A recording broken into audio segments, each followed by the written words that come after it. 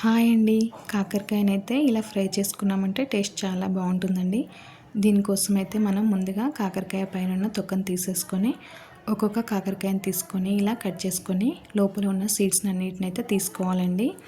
ఇలా అన్ని కాకరకాయల్లో ఉన్నటువంటి సీడ్స్ని తీసేసుకున్న తర్వాత ఒక ప్లేట్లోకి అయితే తీసుకొని పెట్టుకోవాలి. ఇలా ప్లేట్లోకి తీసి పెట్టుకున్న తర్వాత దీంట్లోకి పావు స్పూన్ ఉప్పు, పావు స్పూన్ పసుపు అయితే వేసుకొని మిక్స్ చేసుకొని ఇలా కాకరకాయకి అంతా లోపల బయట పట్టించి ఒక హాఫ్ అన్ అవర్ వరకు అయితే పక్కన పెట్టుకోవాలండి. ఇలా పక్కన పెట్టుకున్న తర్వాత మనం మసాలా రెడీ చేసుకోవడానికి అయితే స్టవ్ పైన కడాయి పెట్టుకొని అందులోకి 2 స్పూన్ల వరకు పల్లీలను వేసుకొని బాగా వేయించుకోవాలి.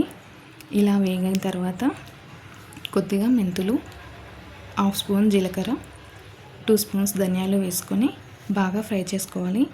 ఇలా ఫ్రై చేసుకొని పక్కన పెట్టుకోవాలి చల్లారేంతవరకు. చల్లారిన తర్వాత మిక్సీ జార్లోకి తీసుకొని గ్రైండ్ చేసుకోవాలి. ఇదే ప్యాన్లోకి 2-3 స్పూన్ల ఆయిల్ని తీసుకొని మీడియం సైజ్ ఉల్లిపాయలను సన్నగా తరుక్కొని ఫ్రై చేసుకోవాలి. ఇలా బాగా ఫ్రై చేసుకోవాలి.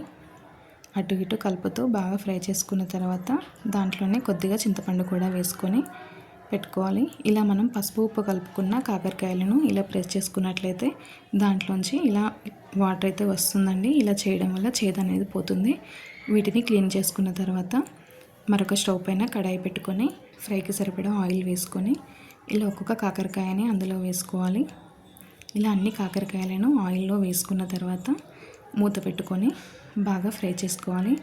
మనం గ్రైండ్ చేసుకున్న పల్లీల మిశ్రమంలోకి ఫ్రై చేసుకున్న ఆనియన్స్ని, చింతపండును కూడా వేసుకొని దాంట్లోకి 5-6 వెల్లుల్లిపాయలని, కరివేపాకుని, పావు స్పూన్ పసుపు, రుచికి సరిపడా ఉప్పు, 2 స్పూన్ల కారాన్ని వేసుకొని గ్రైండ్ చేసుకొని పక్కన పెట్టుకోవాలి. ఇలా కాకరకాయలని మూత తీసి మరొకసారి టర్న్ చేసుకోవాలి. ఇలా క్యాప్ పెట్టి ఫ్రై చేసుకుంటూ చూసుకుంటూ అటు ఇటు టర్న్ చేసుకుంటూ అయితే బాగా ఫ్రై చేసుకోవాలండి. ఇలా టర్న్ చేసుకున్న తర్వాత మరొకసారి మూత పెట్టి బాగా ఫ్రై చేయాలి. ఇలా చూస్తూ అటు ఇటు టర్న్ చేసుకొని అయితే అన్ని వైపులా బాగా ఫ్రై చేసుకున్న తర్వాత గ్రైండ్ చేసి పెట్టుకున్న మసాలాని అన్ని కాకరకాయల్లోకి ఇలా ఫిల్ చేసుకోవాలి. ఇలా అన్ని కాకరకాయల్లోకి ఫిల్ చేసుకున్న తర్వాత స్టవ్ పైన కడాయి పెట్టుకొని ఫ్రైకి సరిపడా ఆయిల్ని వేసుకొని ఆయిల్ వేడయ్యాక ఇలా ఒక్కొక్క కాకరకాయని అందులో వేసి బాగా ఫ్రై చేసుకోవాలి. ఇలా అన్నీ వేసేసుకొని మూత పెట్టుకొని బాగా ఫ్రై చేసుకోవాలి. ఒకవైపు ఫ్రై అయిన తర్వాత మరొక వైపుకి ఇలా టర్న్ చేసుకోవాలి. ఇలా 2 వైపులా బాగా ఫ్రై అయ్యేంతవరకు కాకరకాయలు కొంచెం క్రిస్పీగా అయ్యేంతవరకు ఇలా కలుపుకుంటూ ఉండాలి. మసాలా అడగంటకుండా చూసుకుంటూ బాగా ఫ్రై చేసుకోవాలి. ఇలా అన్నీ టర్న్ చేసుకున్న తర్వాత మరొకసారి మూత పెట్టి ఇలా ఫ్రై అయ్యేంతవరకు ఫ్రై చేసుకోవాలి. ఇలా బాగా ఫ్రై చేసుకోవాలి. చూసారుగా ఎంత కలర్ఫుల్గా అనిపిస్తుందో, చూస్తుంటేనే నోరు ఊరిపోతుంది కదా. ఇలా బాగా ఫ్రై అయ్యేంతవరకు అయితే బాగా ఫ్రై చేసుకున్న తర్వాత మనం గ్రైండ్ చేసి పెట్టుకున్న జార్లోనే కొద్దిగా వాటర్ అయితే వేసుకొని గ్రేవీ కోసం అయితే ఇలా యాడ్ చేసుకోవాలి.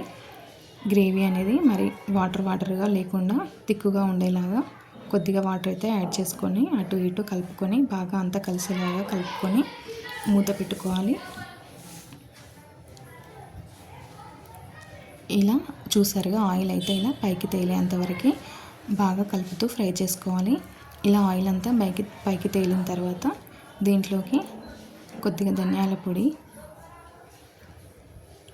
పావు స్పూన్ వరకు గరం మసాలాని వేసుకొని అంతా బాగా కలుపుకోవాలి.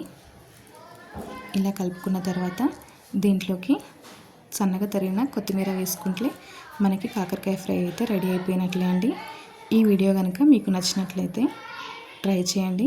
మీకు ఎలా వచ్చిందో కామెంట్ చేయండి. మా ఛానల్ని సబ్స్క్రైబ్ చేసుకోండి, లైక్ చేయండి, షేర్ చేయండి. Thank you.